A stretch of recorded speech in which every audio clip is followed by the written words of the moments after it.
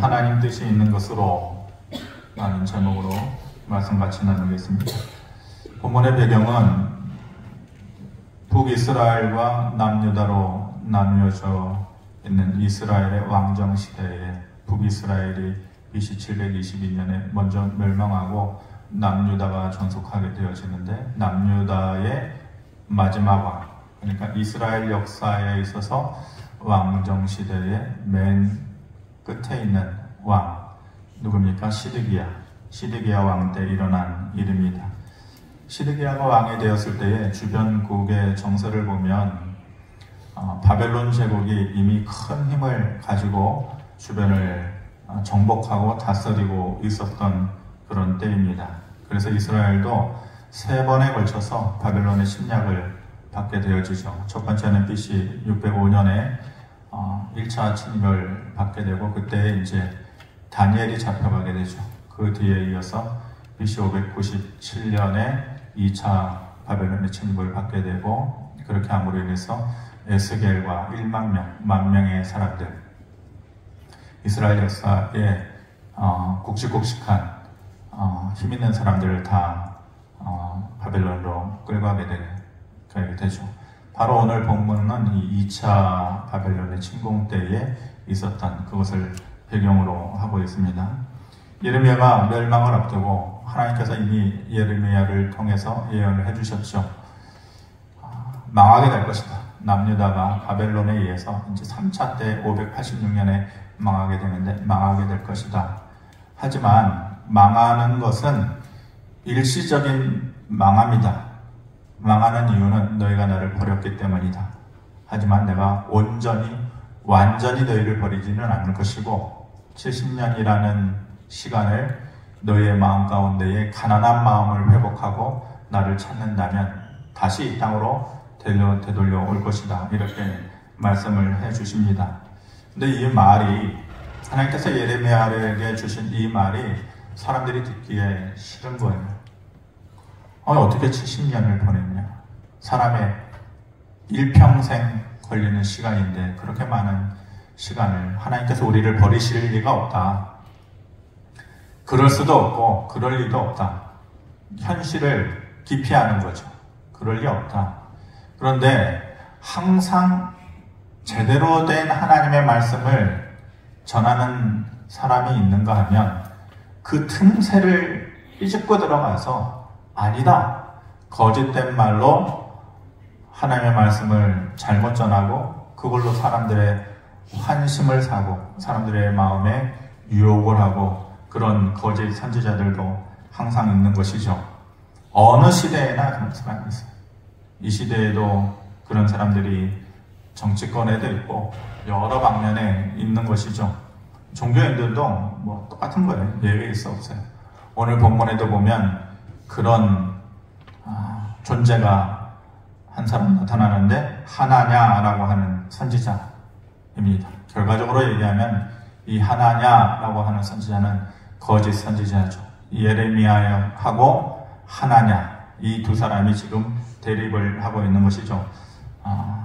3절에 보면 이렇게 얘기합니다. 내가 바벨론의 왕 이게 하나냐의 얘기입니다. 바벨론의 왕 느부갓네살이 이곳에서 빼앗아 바벨론으로 옮겨간 여호와의 성전 모든 기구를 2년 안에 다시 이곳으로 되돌려오리라. 내가 되돌려오리라. 물론 하나냐가 자기가 하겠다 이 말이 아니에요. 여호와께서 그렇게 하시네요. 여호와께서 내가 이렇게 하겠다라고 여호와께서 자기에게 말씀해 주셨다.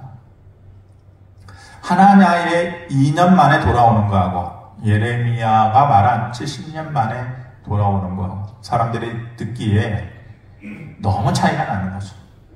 그 예레미야는 미워 보이고, 하나님께서 예레미야에게 진실되게 전해준 그 말은 내 듣기가 싫고, 일시적으로 내 마음에 드는 하나냐의 2년 안에 모든 것을 다시 회복해 놓겠다라는 말이 사람들은 더 듣기 좋은 것이죠. 그래서 예레미야를 감옥에 가두고 웅덩이에 집어넣고 또 생명의 위협을 가하기도 하는 것이죠.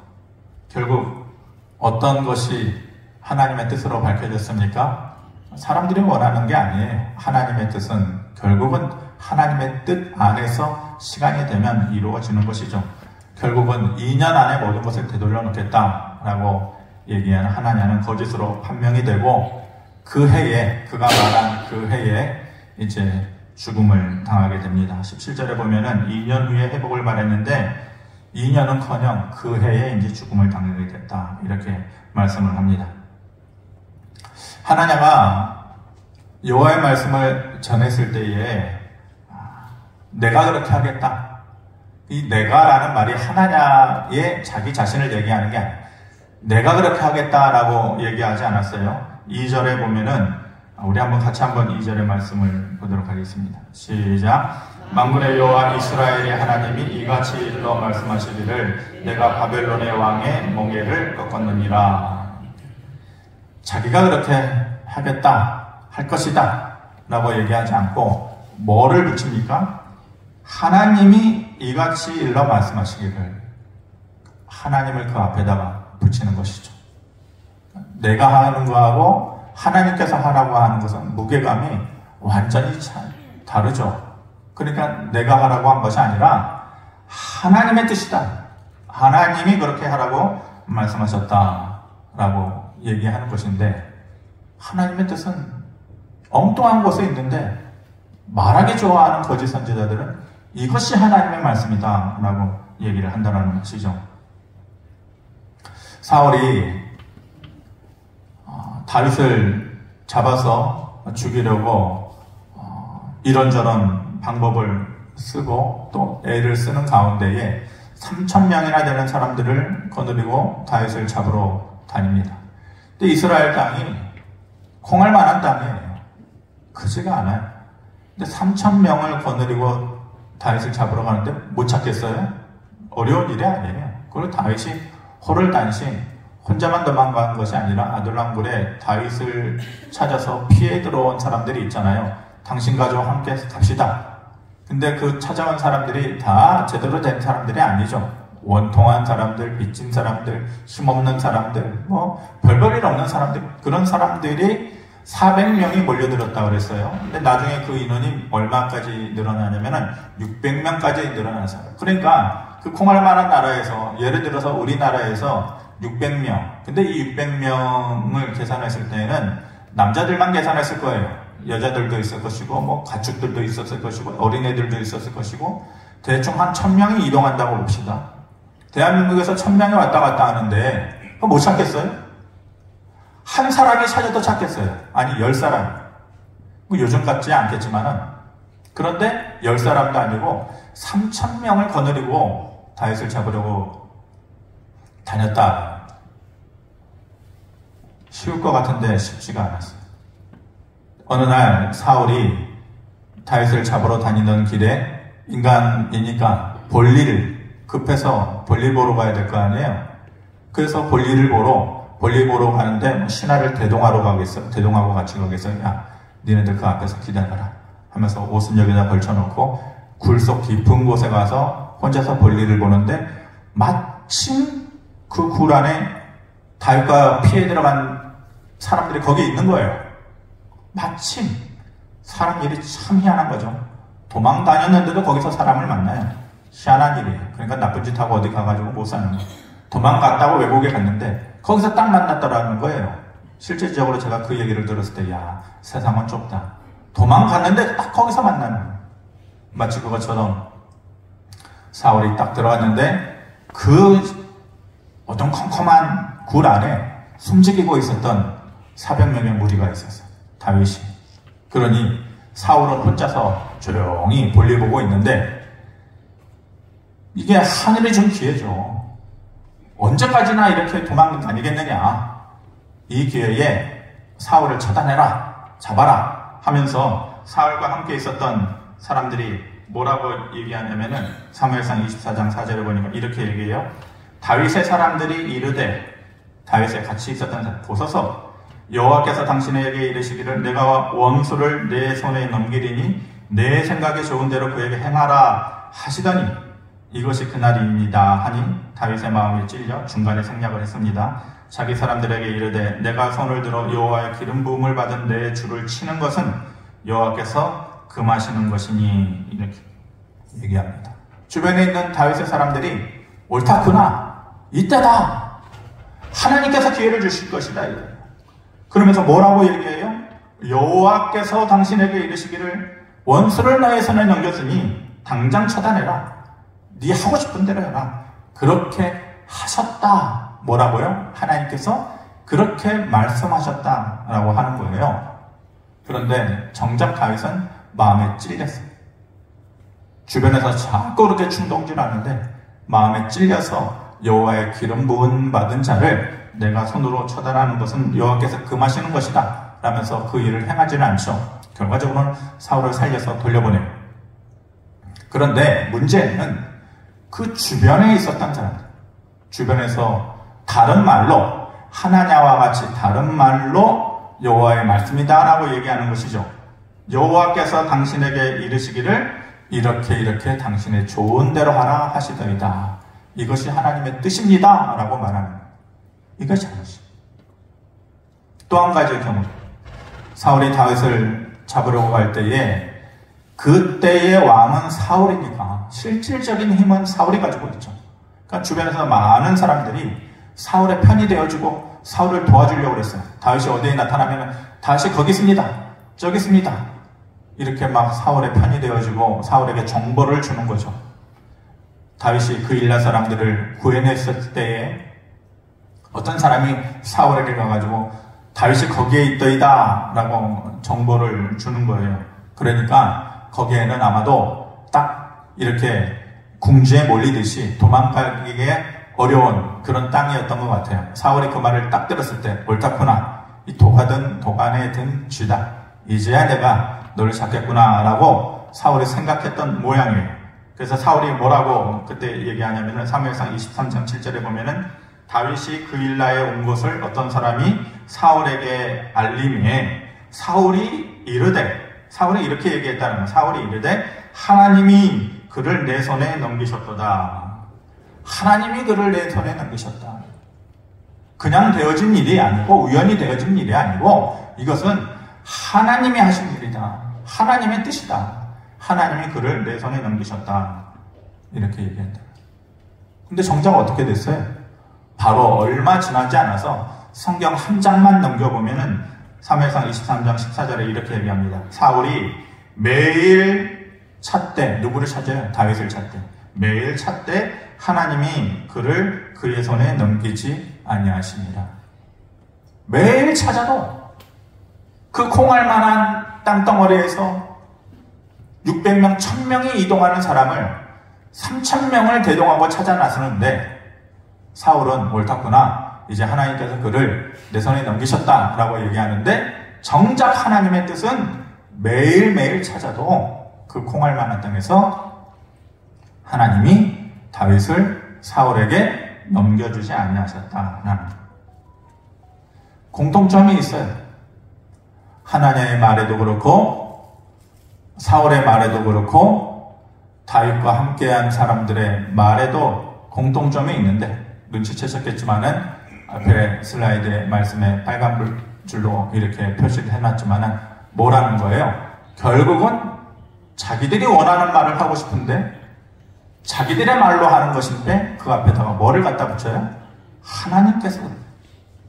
하나님께서 이르시기를, 하나냐도 그렇고 다윗과 함께한 사람들도 그렇고 사울도 그렇고 하나님이 말씀하시기를, 하나님의 뜻이다 라고 얘기하는 것이죠.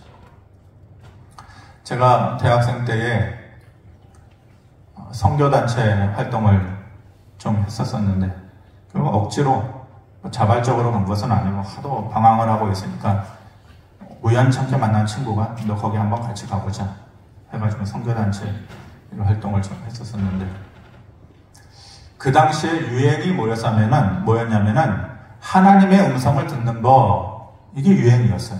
하나님의 음성을 듣는 거. 그래서 뭐 젊은이들이 모여가지고 열심히 기도하면 하나님께서 음성을 들려주신다. 이렇게, 그것이 그때 책도 그런 책이 많았었고 그게 유행이었어요. 그런데 그 선교단체 안에 젊은이 이제 많은 사람들이 있었지만은 서로 좋아하는 사이가 있었는데 결혼을 해야 되느냐 말아야 되느냐 가지고 이제 기도를 하고 있었던 중이에요. 그런데 그 당시에 이제 기도를 열심히 하는 사람들이 모여 있었죠. 그러니까 하나님의 뜻이다라는 말이 공공연하게 서로에게 얘기하는, 내가 기도해 보니 이게 하나님의 뜻이다. 그런데 이 자매는 이 형제에 대한 마음이 없는 거예요. 아무리 기도해도.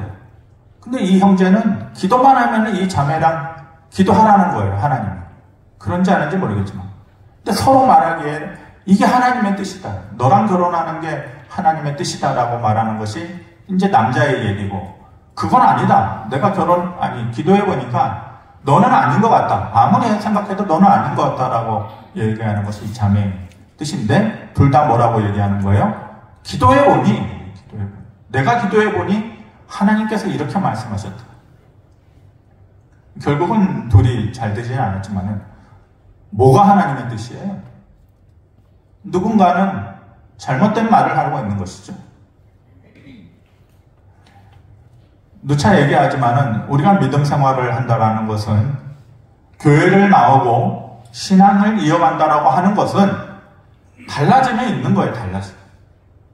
성격도 달라지고, 삶도 달라지고, 가정의 모습도 달라지고, 달라지는 거에 있는 거예요. 30년, 40년을 다녀도 달라지는 것이 없다. 그러니까 잘못하고 있는 거예요. 뭔가가 잘못된 거예요. 다람쥐 쳇바퀴 돌듯이 우리의 삶이 껍데기만 있는 거예요. 깡통처럼 소리만 나는 거예요. 달라지는 것에 있어요. 그것들 중에 하나가 뭐냐? 달라져야 되는 것들 중에 하나가 뭐냐? 내 안에 하나님의 음성이 더 커지는 거예요. 하나님의 소리가 더 커지는 거예요. 그리고 내 생각은 점점 작아지는 거예요.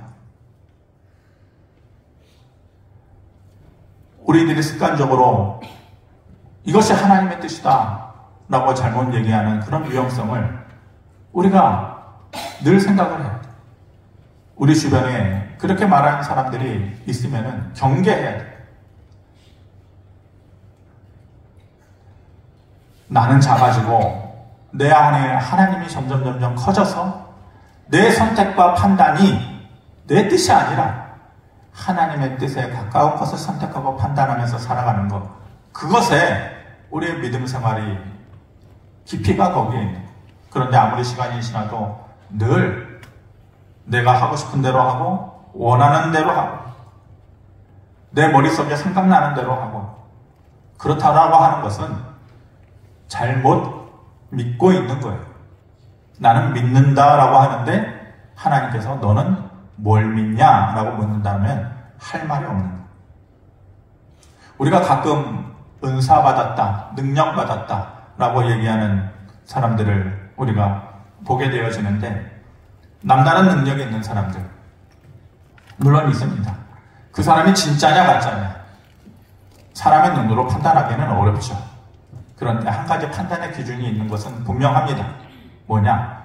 내가 했다. 내가 해보니, 내가 기도해보니 내가 이 일을 이렇게 했다.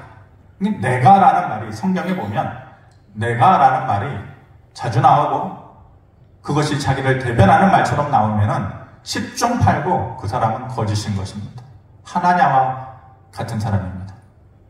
큰 여의도나 광화문 같은 광장에서 마이크를 잡고 내가 이렇게 얘기한다면 뒤도 돌아보지 않고 돌아서는 것이 맞는 답입니다. 사회에서는 그것이 인정될 수 있어요.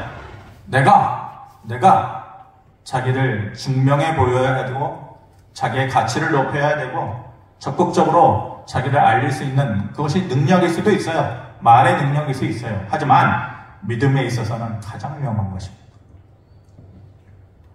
내가라고 얘기하는 것은 결코 좋은 것이 아니고, 그거보다도 더 위험스러운 것은 하나냐와 사울과 다윗과 함께한 사람들이 했던 말입니다. 여호와께서 이렇게 말씀하셨다.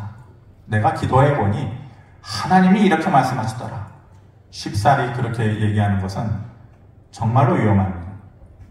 십계명에서 우리가 상계명을 보면 상계명이 뭐라고 얘기합니까? 하나님의 이름을 망령되이 일컫지 말아라, 부르지 말아라, 이렇게 얘기합니다. 망령되이, 하나님의 이름을 망령되이 일컫지 말아라. 이 망령되이 일컫다라는 것이 헛되이 부르지 말아라. 헛되이, 거짓되게 부르지 말아라. 바로 이런 경우를 놓고 하나냐하고 사울과 다윗과 함께한 사람들이 했던 말을, 이게 바로 이 경우, 하나님의 이름을 망령되이 일컫는 거죠. 결국은 자기의 마음에서, 자기의 입술을 통해서 자기의 뜻을 말하는데 하나님의 이름을 헛되이 부르는 거죠. 거짓되게 부르는 것입니다. 앞에서 언급한 하나님의 뜻이라고 얘기했던 사람들이 있죠. 하나님을 중심으로 했던 사람들, 그리고 그렇지 않은 사람들의 삶의 결과가 나중에 어떻게 달리게 됩니까? 결국은 이것이 하나님의 뜻이다, 여호와께서 이렇게 말씀하셨다 라고 했던 사울도 금방 죽고, 하나냐도 2년 안에 이 일이 이루어질 것이다 라고 얘기했는데 그 해에 바로 죽고, 하나냐도 죽고 사울도 죽고, 결국은 마음속 깊이 진지하게 하나님의 음성을 따라서 순종했던 다윗은 하나님께서 세워주셨고, 예레미야도 죽을 것 같고, 웅덩이에 빠져서 죽을 것 같고, 감옥에 빠져서 죽을 것 같고, 사람들에게 쫓겨서 죽을 것 같고 그랬는데 하나님께서 예레미야도 바벨론에서 살려주시고 다시 유다 땅으로 보내고 애국까지 보내시고 계속해서 백성들을 이끌고 지도자의 역할을 하게 됩니다. 거짓으로 얘기했던 자들 다 죽고, 예레미야도 살리고 다윗도 하나님께서 살려주시는 것입니다. 사울이 그의 마음 가운데 가졌던 인간적인 고민이 있었어요. 사울이라는 사람이 결국은 하나님께 버림을 받게 되지만은 그 자신에게도 인간적인 고민이 있어요. 고민. 그게 뭐냐면은 나보고 어떻게 하라는 거냐. 전에는 사무엘이 살았을 때는 사무엘이 이렇게 하라, 저렇게 해라, 전쟁을 나가라, 하나님의 뜻대로 행하라, 박수와 또 무당과 이런 사람들을 살려두지 말고 죽여라. 그러면 사무엘의 말대로 그냥 따라서 하면 되는데, 이제는 사무엘도 죽고 없고, 꿈으로도 하나님께서 나타나시지 않고, 우림으로도 말하지 않고, 우림은 뭐냐면은 제사장의 가슴팍에 있어서 돌멩이처럼 있어가지고 두 개를 끄집어내는 거예요. 이것이 하나님의 뜻입니까? 이것이 하나님. 마치 바둑알, 흑백 바둑알 꺼내듯이 제사장의 가슴팍에 놓고 꺼내는 것인데, 하나님께서 선지자로도 얘기하지 않고, 꿈으로도 얘기하지 않고, 우림으로도 얘기하지 않고, 사무엘도 죽고, 나보고 어떻게 하라는 거냐? 어떻게 하나님의 뜻을 알라는 거냐? 이것이 사울의 고민이었습니다. 그런데 사울의 고민만은 아니죠. 우리의 고민이, 평생을 우리가 살면서 우리가 가지는 고민이 그거예요. 도대체 하나님이 사무엘과 같은 존재도 없고, 꿈으로도 말씀하지 않고, 선지자로도 얘기하지 않는데 도대체 하나님의 뜻을 어떻게 알겠는가? 이 사람은 저게 하나님의 뜻이라고, 저 사람은 저렇게 하는 것이 하나님의 뜻이라고, 도대체 하나님의 뜻은 어디에 있느냐? 그것이 우리의 삶의 고민이지.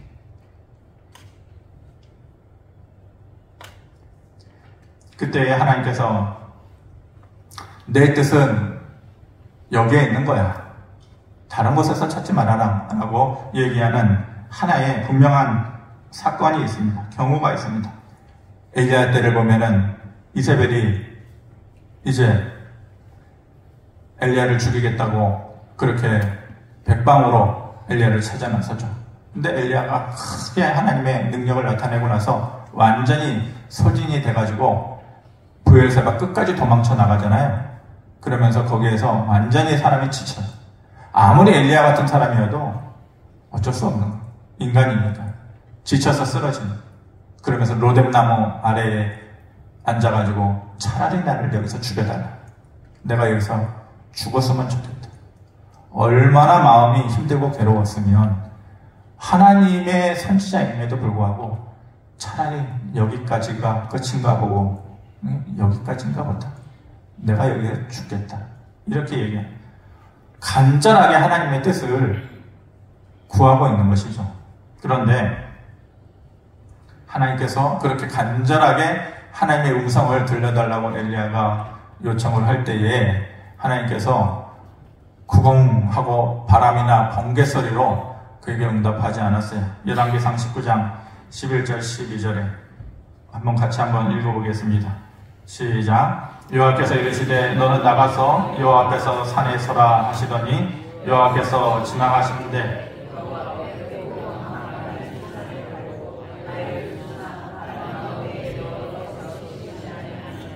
바람 위에 지진이 있으나 지진 가운데에도 여호와께서 계시지 아니하며 또 지진 후에 불이 있으나 불 가운데에도 여호와께서 계시지 아니하더니 불 후에 세미한 소리가 있는지라.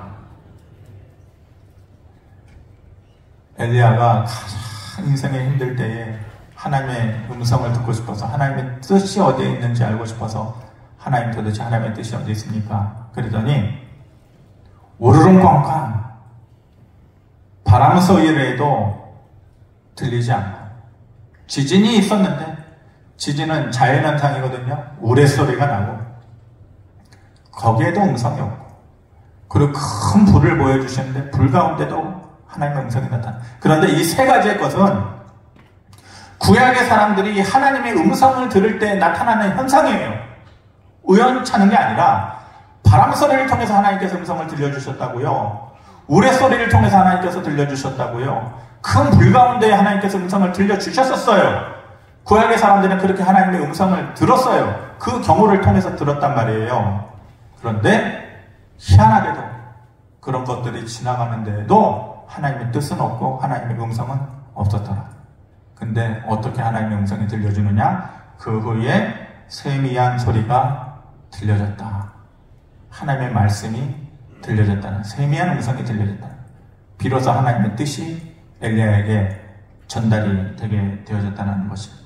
가장 간절할 때에 가장 진실된 방법으로 하나님께서 하나님다운 방법으로 하나님의 뜻을 나타내는 것은 바람을 통해서가 아니고, 우레소리를 통해서, 천둥번개를 통해서가 아니고, 불같은 것을 통해서가 아니고, 뭐를 통해서? 하나님의 세미한 말씀을 통해서 하나님의 뜻을 들어요. 우리가 가장 간절할 때, 가장 하나님을 필요로 할 때, 가장 하나님다운 방법으로 하나님을 드러내시는 것은 바람과 천둥과 지진과 이런 것이 아니라 세미한 하나님의 말씀을 통해서 하나님의 뜻을 하십니다.